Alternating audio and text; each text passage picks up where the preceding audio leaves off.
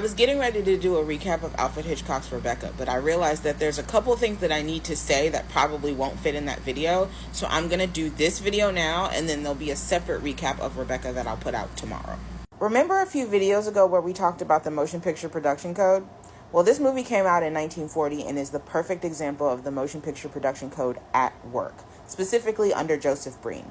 Now, I am releasing the recap of the film tomorrow, but I am also about to spoil a major plot point right now. So if you want to wait until you see the recap to watch this video, I totally understand, but I think you'll still enjoy it either way.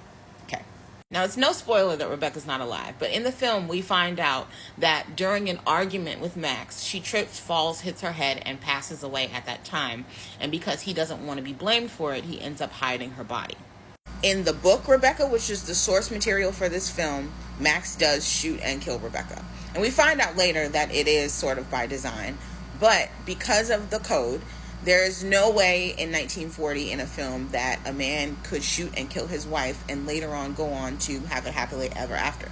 So the two options are either to change the ending of the film, which then changes the whole film, changes the whole book, changes the source material, or you change the manner of death so that instead of a murder, she trips and falls.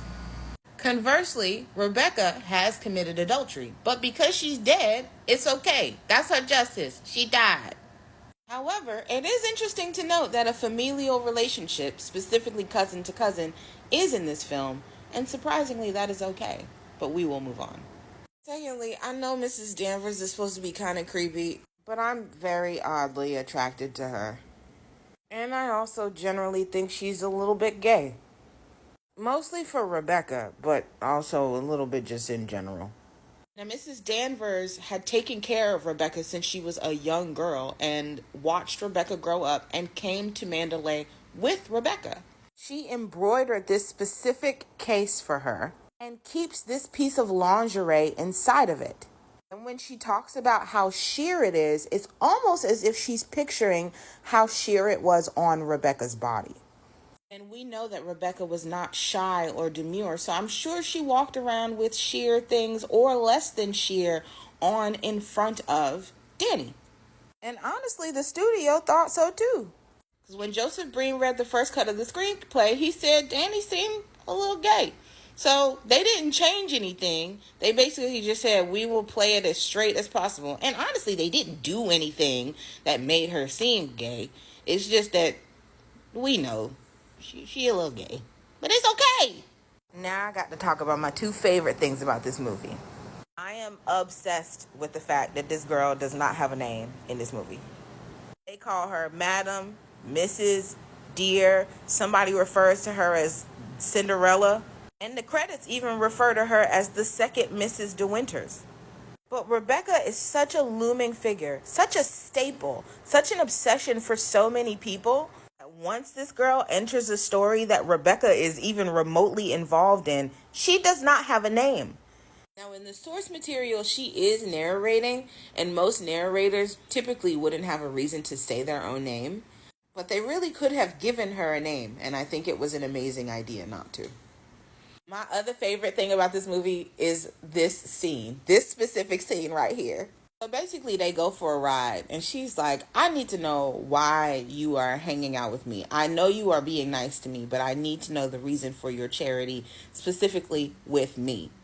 First of all, he tells her, I've been hanging out with you because you make me happier than all the lights in Monte Carlo. But if you think that I'm just doing charity work, you can get out my car and walk home right now. So I'm already giggling. But she started crying. So then he takes out a handkerchief, says, blow your nose. She blows her nose. Then he tells her his whole government name and also makes a joke and makes her promise never to turn 36 years old. And then he kisses his finger and taps her forehead.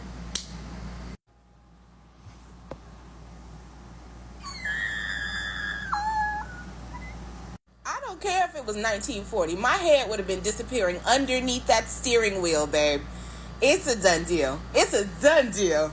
And one more final fun fact. So this is the last shot of the film. The monogrammed pillowcase burning in the fire. This was not supposed to be the last shot of the film. So David Selznick, who was the producer of the film, wanted the film to end with this big bloom of smoke over Manderley with a big R in it, right, for Rebecca. Alfred Hitchcock wanted to be a little more subtle and quite honestly thought that that was lame. So while David Selznick was distracted with also producing Gone with the Wind, Alfred Hitchcock went and reshot the whole ending in camera, which means that it could not be edited, and that was the official ending to the movie. Point blank, period. When you know what you're doing, you gotta do what you gotta do. With that being said, I will be putting out the official Rebecca recap tomorrow, unless I am bullied into putting it out today.